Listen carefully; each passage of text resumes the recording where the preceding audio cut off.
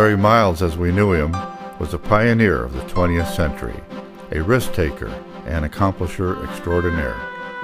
This is his story and what he left you for your future. Larry spent his golden years of retirement with many of his friends at his home in Easton, Maryland. This is Larry in his boat, the Duke, a source of many hours of enjoyment on the waters near his home. The Foundation has a book called Recollections that can be obtained from the Society of American Value Engineers Business Office for those who wish to read deeper into Larry's life and his contribution to the world and mankind. The Foundation continues to publish Larry Miles' book and original work on value analysis and value engineering, and we have saved all of his papers for public use. They are archived at the University of Wisconsin-Wendt Library and are accessible through our website. Larry was a farm boy from Nebraska. He was smart, graduated from high school in 3 years instead of 4, got his Bachelor of Arts degree, became a teacher, then a high school principal, then a bank teller, all by the age of 26. He earned an electrical engineering degree, and by the age of 28 was designing vacuum tubes for General Electric. By the time he was 35, he had 12 patents to his name. Then came World War II. Larry Miles was a purchasing agent at the General Electric Company during World War II. With shortages of supplies and materials everywhere during the war, he turned to purchasing functional substitutes to get his job done. He was very successful. After the war, GE asked him to document and formalize what he had done so the company could continue to be cost-effective and competitive. He did so, and in 1947, value analysis was officially born.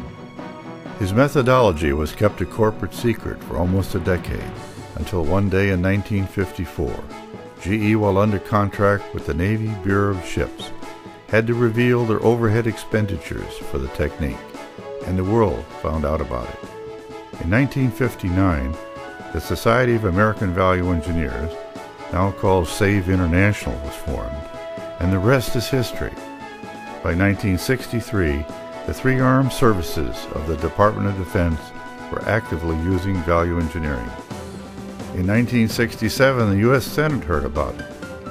Many government agencies started value programs like GSA, EPA, and the Federal Highway Administration. On February the 10th, 1996, the U.S. Congress passed the first public law requiring the widespread use of value engineering by all agencies of the federal government. This action by Congress was taken because they were convinced after 30 years of use that value methodology applied to everything: rules, regulations, construction, design, management, manufacturing, supplies, services, procedures, absolutely everything. The same methodology that started out being called value analysis has been called many other things depending on the area of application. We in the value community use these names interchangeably. What's the secret, and why does it apply to everything? Well, the answer lies in the definition of value analysis. Larry documented and left you his methodology. He defined value analysis as a planned expenditure.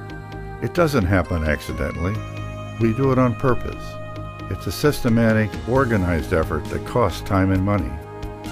It is done for a purpose, to analyze functions of everything, systems, designs, and criteria.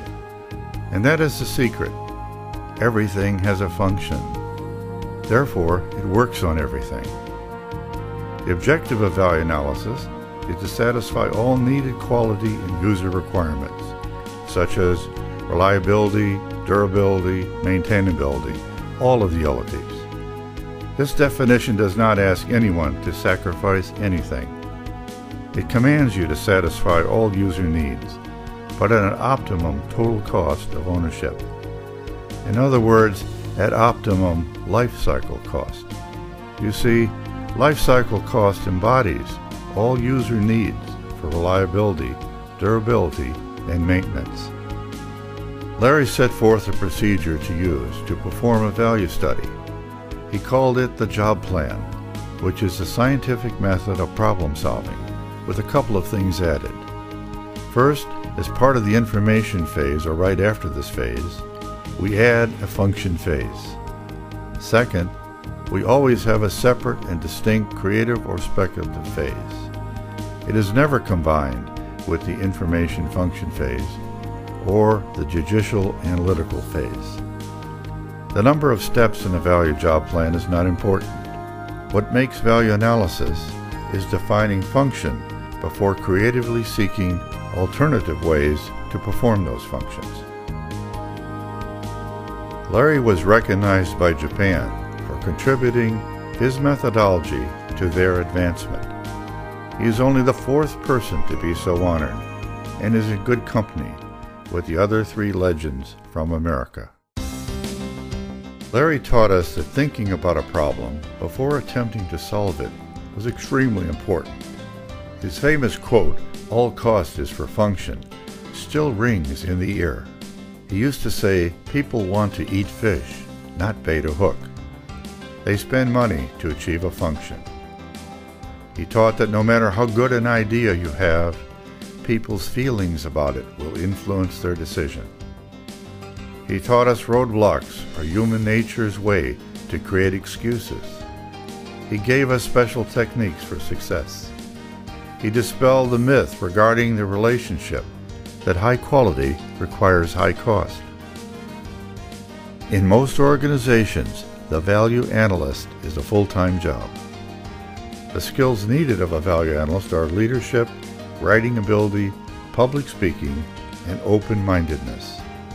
The qualities needed of a value analyst are patience, diplomacy, perseverance, understanding, imagination, and sensitivity. A value analyst position is a demanding position. It should lead to bigger and greater things if you are up to the challenge. Here are the characteristics that describe Larry Miles. This is the type of person you want on your next value study team. These are the traits that will make you most desired by your employer. So what is Larry's legacy? Well, Webster defines it as a gift. For there to be a gift, there must be a receiver. And that receiver is everyone listening to this presentation. The gift you could receive is confidence. Confidence that you now have a problem-solving system that can be used anywhere, at any time in your life, to study anything, regardless of your personal knowledge. You can use this method to improve value in all fields: construction, medical, industrial, legal, computers, all fields. All you have to do is know how to define the problem, set up the right team of experts in the field to be studied, and then lead them to success. I invite you to check out our website for more information on value methodology and Larry Miles.